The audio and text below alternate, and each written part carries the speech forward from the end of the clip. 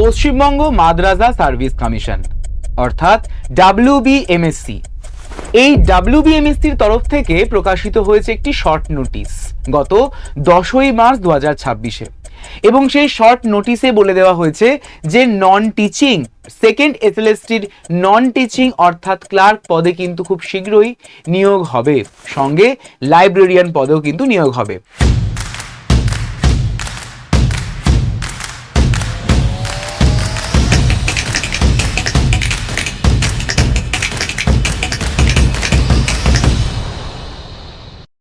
আজকের আমাদের মূলত আলোচ্য বিষয় হলো সেকেন্ড SLSTর নন টিচিং ক্লার্ক পদের নিয়োগ।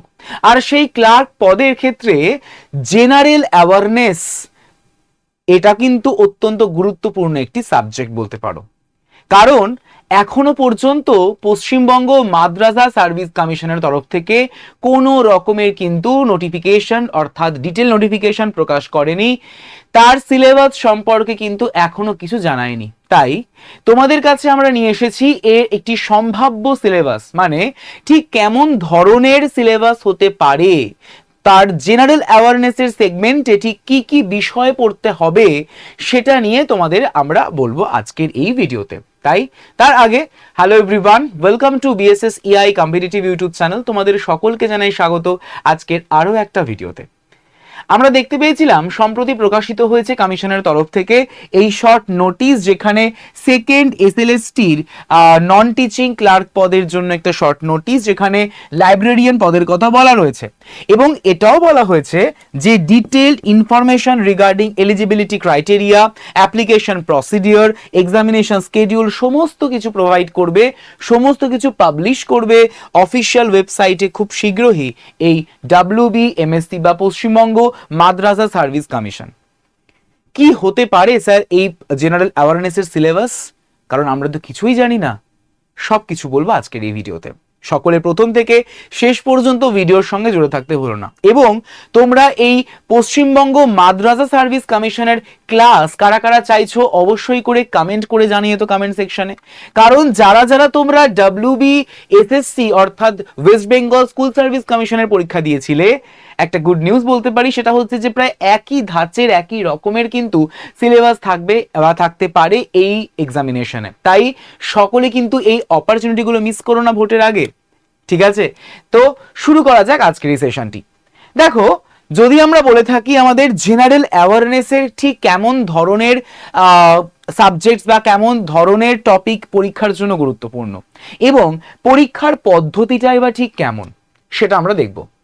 সবার প্রথমে যদি আমরা দেখি যে গত 2023 সালে প্রকাশিত হয়েছিল কলকাতা গেজেট, আর সেই কলকাতা গেজেটে বলা হয়েছিল যে এই যে ফরম্যাট বা এই যে এক্সামিনেশন প্যাটার্ন, এই প্যাটার্নে কিন্তু পরীক্ষা হতে পারে WBMSC ক্লার্ক পদে, যেখানে টোটাল 5টা ধাপে কিন্তু পরীক্ষা হবে বা 5টা ধাপে কিন্তু রিক্রুটমেন্ট হবে ক্লার্কের জন্য। সবার প্রথমে যেটা হবে সেটা হচ্ছে এই প্রিলিমিনারি এক্সামিনেশন, আর এই প্রিলিমিনারি পরীক্ষাতে যার টোটাল মার্কস কিন্তু হচ্ছে 100 নম্বর, এবং যারা প্রিলিমস কোয়ালিফাই করবে তারা ডাক পাবে কিন্তু মেন্স এক্সামিনেশনে। তারপর হবে কম্পিউটার টাইপিং টেস্ট, তারপর হচ্ছে কম্পিউটার শুধু দক্ষতা পরীক্ষা, এবং সবার শেষে হচ্ছে কিন্তু ইন্টারভিউ। একটা গুরুত্বপূর্ণ কথা হচ্ছে এখানে যে প্রিলিমসে যারা যারা কোয়ালিফাই করবে তারা বা তাদের যে নম্বর, তাদের যে মার্কস, সেই মার্কস কিন্তু মেন্স এক্সামিনেশন বলো বা কম্পিউটার টাইপিং টেস্ট বলো বা কম্পিউটার দক্ষতা পরীক্ষা বলো বা ইন্টারভিউ বলো, কোনো পরীক্ষার নাম্বারের সঙ্গে যোগ হবে না। দ্যাট মিনস এই প্রিলিমিনারি পরীক্ষার যে নাম্বারটা সেটা হচ্ছে কোয়ালিফাইং ইন নেচার। তোমাকে জাস্ট কাট অফটাকে ক্লিয়ার করতে হবে, তাহলেই হবে। প্রিলিমস ওই জন্য আলাদা হয়ে গেছে, মেন্স পুরো আলাদা হয়ে গেছে, এবং তার সঙ্গে এই সমস্ত যে বিষয়গুলো সেগুলো অ্যাড করা হয়েছে। তাহলে তোমাদের আলটিমেট সিলেকশনটা কিন্তু হবে এই 100 মার্কসে, যেটা মেন্স পরীক্ষা থেকে থাকছে। তার আগে মেন্স পরীক্ষায় বসার জন্য তোমাকে প্রিলিমস কোয়ালিফাই কিন্তু করতে হবে, যেটা 100 নম্বরের পরীক্ষা হবে। জেনারেল অ্যাওয়ারনেসের মধ্যে স্যার কি কি থাকবে অবশ্যই করে দেখাবো। দেখো, সবার প্রথমে তোমাদের আমি একটা চার্ট দেখাই যে জেনারেল অ্যাওয়ারনেসের মধ্যে মেনলি কি কি বিষয় পড়তে হবে। সবার প্রথমে ইতিহাস ও ভূগোল অবশ্যই পড়তে হবে, কারণ জিকের একটা পোর্শন। ভারতীয় সংবিধান অবশ্যই থাকবে। বিজ্ঞানের মধ্যে জীবন বিজ্ঞান, ভৌত বিজ্ঞান, রসায়ন বিজ্ঞান, ঠিক আছে, এটা পড়তে হবে। পরিবেশ সচেতনতা অর্থাৎ এনভায়রনমেন্টাল অ্যাওয়ারনেস, কিছু কম্পিউটার নলেজ অর্থাৎ বেসিক কম্পিউটার বলতে পারো। থাকছে সাম্প্রতিক ঘটনা প্রবাহ অর্থাৎ যাকে আমরা কারেন্ট অ্যাফেয়ার্স বা সিএ বলে থাকি। অবশ্যই পড়তে হবে স্ট্যাটিক জিকে, এবং পড়তে হবে শিল্প সংস্কৃতি মানে ভারত এবং পশ্চিমবঙ্গ। তো এই হচ্ছে আমাদের অল ওভার সিলেবাস, এক ঝলকে আমরা দেখে নিলাম। এই টপিকগুলো কিন্তু আমাদের পড়তে হবে জেনারেল অ্যাওয়ারনেসের মধ্যে। এবার তোমাদের প্রশ্ন আসতে পারে যে স্যার এই হিস্ট্রির মধ্যে কি পড়বো? হিস্ট্রিটাও তো একটা বড় সাবজেক্ট, তার মধ্যে কি কি টপিক আমাদের ইম্পর্টেন্ট বলবো এক এক করে। তো সকলে তোমরা আমাকে ডেফিনেটলি কমেন্ট সেকশনে জানাবে যে তোমরা কারা কারা ইন্টারেস্টেড এই WBMSC ক্লাস করতে, অবশ্যই করে কমেন্ট সেকশনে জানিও। এবং যারা যারা হোয়াটসঅ্যাপ গ্রুপে জয়েন করতে চাও একদমই চট জলদি আপডেট পেতে, তোমরা আমাকে কমেন্ট সেকশনে লিখে জানিও তো ইয়েস স্যার বলে, ইয়েস স্যার জয়েন নাও এই কথাটা কিন্তু লিখে দাও। আমি তোমাদের দায়িত্ব নিয়ে কিন্তু সেই হোয়াটসঅ্যাপ গ্রুপের লিঙ্ক প্রোভাইড করব, ঠিক আছে। দেখো হিস্ট্রির মধ্যে বা ইতিহাসের মধ্যে যেটা সব থেকে গুরুত্বপূর্ণ পার্ট সেটা হচ্ছে যে প্রাচীন ভারতের যে ইতিহাস, সেই প্রাচীন ভারতের ইতিহাস পড়তে হবে, অর্থাৎ এনশিয়েন্ট হিস্ট্রি, যেখানে সিন্ধু সভ্যতা থেকে শুরু করে আর্য সভ্যতা, মৌর্য, থাকছে তোমাদের বলতে পারো গুপ্ত, এই সমস্ত কিন্তু আমাদের পড়তে হবে, ঠিক আছে, সমস্ত কিন্তু আমাদের পড়তে হবে এই এক্সামিনেশনের জন্য। প্রাচীন ইতিহাসের পর অবশ্যই করে মধ্য ইতিহাস, যেখানে সুলতানি রয়েছে, মোগল যুগ রয়েছে, এবং যেটা মোস্ট ইম্পর্টেন্ট সেটা হচ্ছে এই ভারতের স্বাধীনতা সংগ্রাম 1857 থেকে 1947, 1857 থেকে 1947, যেখান থেকে সর্বাধিক প্রশ্ন আসার কিন্তু সম্ভাবনা রয়েছে, অর্থাৎ যেটা কিনা মডার্ন ইন্ডিয়ান হিস্ট্রির মধ্যে পড়ছে। এটা হলো হিস্ট্রির বিষয়। যদি আমরা জিওগ্রাফির কথা বলি তাহলে জিওগ্রাফির মধ্যে ভারতের নদ নদী, পর্বতমালা, জলবায়ু, মৃত্তিকা, খনিজ সম্পদ ইত্যাদি এগুলো তো পড়তে হবেই। তার সঙ্গে আমাদের যেটা পশ্চিমবঙ্গের ওয়েস্ট বেঙ্গল জিওগ্রাফি, এই পশ্চিমবঙ্গের জিওটাও কিন্তু গুরুত্বপূর্ণ হয়ে যায়। 2011 সালের যে সেন্সাস বা আদমশুমারি, এটাও কিন্তু গুরুত্বপূর্ণ, কারণ নতুন সেন্সাস এখনো পাবলিশ হয়নি। আর অবশ্যই থাকছে ভারতবর্ষের প্রতিবেশী দেশসমূহ, এগুলো জিওগ্রাফি বা ভূগোলের মধ্যে পড়ছে। ইতিহাস দেখলাম, ভূগোল দেখলাম, এবার আমরা দেখব ভারতীয় সংবিধান। আর ভারতীয় সংবিধান মানেই যেখানে রাষ্ট্রপতি, প্রধানমন্ত্রী, রাজ্যপাল, মুখ্যমন্ত্রীর ক্ষমতা সম্পর্কে আমাদের একটা ধারণা থাকা উচিত, দরকার। এছাড়া সুপ্রিম কোর্ট, হাইকোর্ট সম্পর্কে জানতে হবে, এবং তার পাশাপাশি আমাদের যে স্থানীয় প্রশাসন রয়েছে, যেখানে পৌরসভা, পঞ্চায়েত, এই বিষয়গুলো কিন্তু গুরুত্বপূর্ণ, এবং তাদের সম্পর্কিত বিভিন্ন আর্টিকেল, বিভিন্ন পার্ট, বিভিন্ন স্কেডিউল, এইগুলো ইম্পর্টেন্ট। মূলত কোন পার্ট বা কোন স্কেডিউল কি রিপ্রেজেন্ট করে সেটা ইম্পর্টেন্ট হয়ে যায়, ঠিক আছে।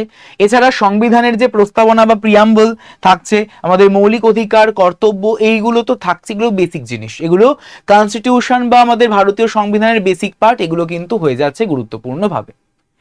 সংবিধানের পর আমরা এবার দেখব হচ্ছে বিজ্ঞান। আর বিজ্ঞান মানেই আমাদের তিনটে বিষয় মাথায় আসে, বায়োলজি, ফিজিক্স এবং কেমিস্ট্রি, ঠিক আছে। তো যদি আমরা সবার প্রথমে বায়োলজির কথা বলি, তাহলে বায়োলজির ক্ষেত্রে ভিটামিন ও হরমোন, রক্ত সংবহন তন্ত্র, উদ্ভিদ ও প্রাণীর রোগ, এই যে টপিকগুলো বলা হয়েছে, এই টপিকগুলো কিন্তু খুবই গুরুত্বপূর্ণ, যেখান থেকে পরীক্ষায় প্রশ্ন আসেই। যদি আমরা ভৌত বিজ্ঞান বা ফিজিক্যাল সায়েন্সের কথা বলি, তাহলে সেক্ষেত্রে কিন্তু রয়েছে আলো, শব্দ এবং তাপ, কাজ ও শক্তি, এবং বিভিন্ন পরিমাপক যন্ত্র, এটাও ইম্পর্টেন্ট হয়ে যায় এই ফিজিক্যাল কেমিস্ট্রি, মানে যেটা কিনা ফিজিক্সের আওতায় আমরা কনসিডার করি।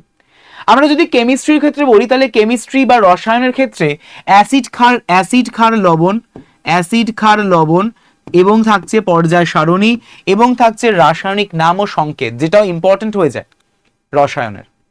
তো তোমাদেরকে জানিয়ে রাখি, বিজ্ঞান এর ক্ষেত্রে আমরা এই বিষয়গুলো কিন্তু দেখে নিয়েছি, ঠিক আছে।